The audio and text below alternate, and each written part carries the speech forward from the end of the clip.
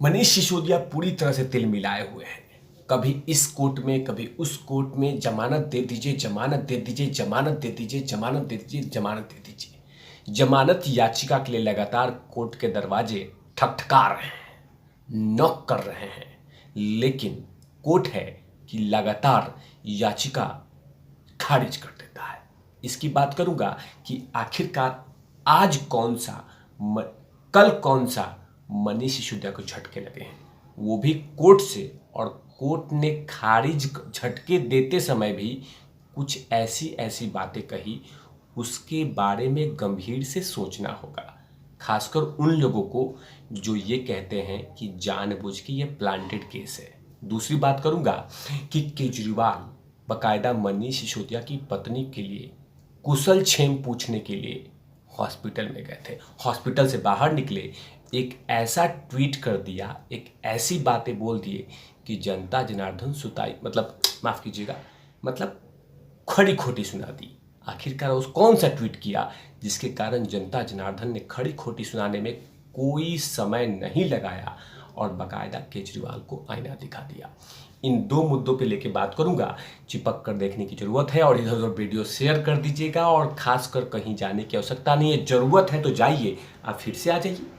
दरअसल अब मनीष सिसोदिया पूरी तरह से परेशान है कि कब मुझे जमानत मिले, कब जमानत मिले। कभी ईडी के केस के थ्रू जाते हैं कि मुझे जमानत मिल जाए, कभी सीबीआई के केस के थ्रू जाते हैं जमानत मिले, लेकिन जमानत के नाम पे सिर्फ उनको यही मिलता है, खारिज खारिज खारिज। साउथ एवेन्यू कोर्ट ने फिर से खड़ी खोटी सुनाते हुए उनकी जमानत याचिका खारिज कर दिया। अब कहीं जो रिपोर्ट आ रही है कि अब वो दिल्ली के हाई कोर्ट के दरवाजे की तरफ रुख करेंगे, दिल्ली हाई कोर्ट में अपील करेंगे कि मुझे जमानत दे दी जाए, मुझे इस तरह की बातें हो रही है, मेरे साथ इस तरह की बातें हो रही है। आखिरकार कोर्ट ने क्या कहा ये बताऊंगा, और उस कोर्ट जो फैसला दिया है उसके बारे में धीरे धीरे विश्लेषण करूंगा। दिल्ली के उप मुख्यमंत्री मनीष सिसोदिया को एक बार फिर से कोर्ट से राहत नहीं मिली।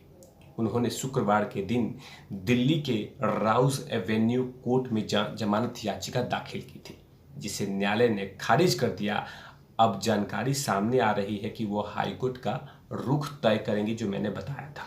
ईडी ने सिसोदिया को 9 मार्च को शराब नीति मामले में गिरफ्तार की थी। वहीं पे मनीष सिसोदिया के साथ आरोपी बनाए गए राजेश जोशी और गौतम मल्होत्रा की जमानत याचिका पे आदेश को लेकर 6 मई तक टाल दिया है। इससे पहले 26 अप्रैल को कोर्ट ने ईडी के द्वारा जांच की जा रही आबकारी नीति से जुड़े धन संशोधन मामले में मनीष सिसोदिया को जमानत पे फैसला सुनाना था, लेकिन इसे आज 28 के लिए डाल दिया गया था।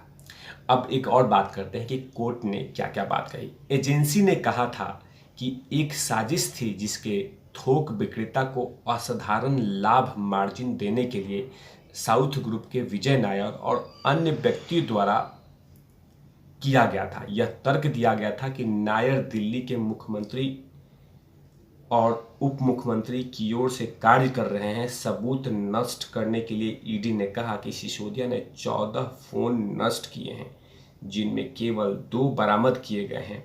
यह भी कहा गया है कि आप नेता ने सिम कार्ड और फोन का इस्तेमाल किया जो अन्य व्यक्तियों के नाम से खरीदे गए थे। सोचिए एजेंसी ने कितनी बड़ी बातें कही है कि 14 फोन नष्ट किए गए हैं, जिसमें से 2 फोन मिले हैं, 12 फोन गायब हैं, और उसमें ये शामिल है। लेकिन कहा जाता था कि नहीं, ये तो मासूम है, दुनिया का सबसे शिक्षा मंत्री कूल है, ये तो शिक्षा पे फोकस करता था, ये तमाम चीज़ें जानबूझ के फंसाया गया है। बहुत सारी बातें कही गई थी, लेकिन सोचिए कितनी बड़ी बात ईडी ने कहा है कि 14 फोन इस्तेमाल किए गए थे, 2 फोन मिले हैं और 12 फोन गायब हैं। आखिरकार और क्या क्या बातें कही है वो भी बतला देता हूँ। दरअसल ईडी को हिरासत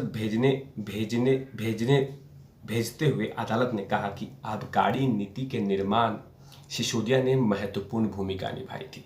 मनी लॉन्ड्रिंग के मामले में उनको गिरफ्तारी करना उचित है। ईडी ने आरोप लगाया कि कुछ निजी कंपनियों को 12% का थोक व्यापार देने का साजिश के तहत आबकारी नीति लागू की गई थी। सोचिए, अब समझ में आया कि अमेंडमेंट क्यों किया गया था। अमेंडमेंट इसलिए किया गया था ताकि उन तमाम लोगों को 12% तक बेनिफिट दी जाए। इसीलिए गवर्नर से कोई परमिशन नहीं लिया गया, सीधा दिल्ली लेकर पॉलिसी में अमेंडमेंट कर दिया गया, बदल के लगा दिया गया, चिपका दिया गया।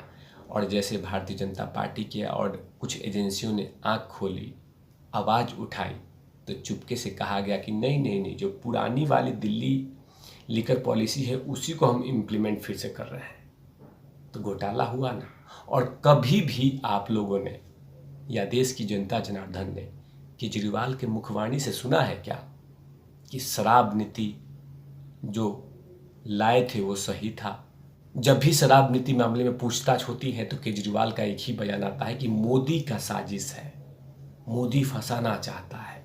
लेकिन सच कभी नहीं बोलते कि अपने ही यार को, अपने ही दोस्त को 12% की बेनिफिट मुनाफा देना था, इसलिए इस तरह के अमेंडमेंट की गए। लेकिन ऐसा कुछ भी नहीं कहते, सिर्फ यही कहते हैं कि मोदी परेशान कर रहा है। दूसरी खबर के रुख करते हैं, जिसमें सिसोदिया की पत्नी से मिलने के लिए केजरीवाल हॉस्पिटल गए थे। हॉस्पिटल से जैसे बाहर निकले तो उन्होंने अपने मुखवाणी से सोशल मीडिया पे ट्वीट कर दिया। आज जो ट्वीट किया वो बड़ा बवाल किया है, लेकिन जो ट्वीट किया है वो क्या होता है, वो क्या है, वो बतला देता हूँ। उसके बाद फिर बारे में चर्चा की शुरुआत करूँगा। दरअसल केजरीवाल ने ट्वीट किया, केजरीवाल ने एक बात कही थी कि सीमा भाभी से मिलके आ रहा हूँ, उन्हें बहुत एक गंदी बीमारी है। ये गंदी बीमारी वाला जो ट्विटर पे टैग किया था, मतलब लिखा था, वही पे जनता जनार्दन ने कहा, आगे एक यूजर लिखते हैं कि आदरणीय सर, किसी भी कितनी भी गंदी बीमारी क्यों नहीं हो, उसे इस प्रकार सार्वजनिक करना उचित नहीं है। यह मरीज की मर्यादा का उल्लंघन है। शारीरिक व्याधि से पीड़ित मरीज को इससे मानसिक त्रास पहुंचता है। क्योंकि जो शब्द का इस्तेमाल किया था कि बुरी बीमारी शब्द का लिया था, और उसी में जनता जनार्दन ने केजरीवाल को और भी लोगों ने सुनाया है। एक यूजर लिखते हैं कि बहुत ही गंदी बीमारी है, यह लिखने की क्या जरूरत थी, गंभीर शब्द लिख सकते थे, गंदी लिखकर तुमने अपना शिक्षण का परिचय दे दिया। अमित राव एक और जो लिखते हैं कि बीमारी होती है, उसमें अच्छा गंदा क्या होता है, इस तरह से नहीं लिखना चाहिए था। इस तरह की तमाम बातें जनता जनार्दन ने कहा। जो ट्वीट मैंने आपको दिखाया था उसमें यही था कि इन्होंने गंदी शब्द का प्रयोग किया था, और उसी को लेकर जनता जनार्दन ने कहा कि आपको इन तमाम शब्दों से बचना चाहिए। लेकिन केजरीवाल है, कभी भी अपनी गलती स्वीकार नहीं कर सकते, कभी भी नहीं, गलती से भी गलती स्वीकार नहीं कर सकते। लेकिन कहीं ना कहीं एक बड़ा झटका लगा है, खासकर केजरीवाल को, पर्दे के मामले में, मकान के मामले में, मार्बल के मामले में। और दूसरा झटका उन्हीं के सहयोगी मनीष सिसोदिया को साउथ एवेन्यू कोर्ट से इसमें जमानत याचिका खारिज कर। इन तमाम चीज़ों पे तिवारी भैया की लगातार नजर रहेगी। तब तक चिपक कर देखते रहिए तिवारी भैया। मैं हूँ वेद प्रकाश, कैमरामैन धूल लाठी के साथ। Over out love you.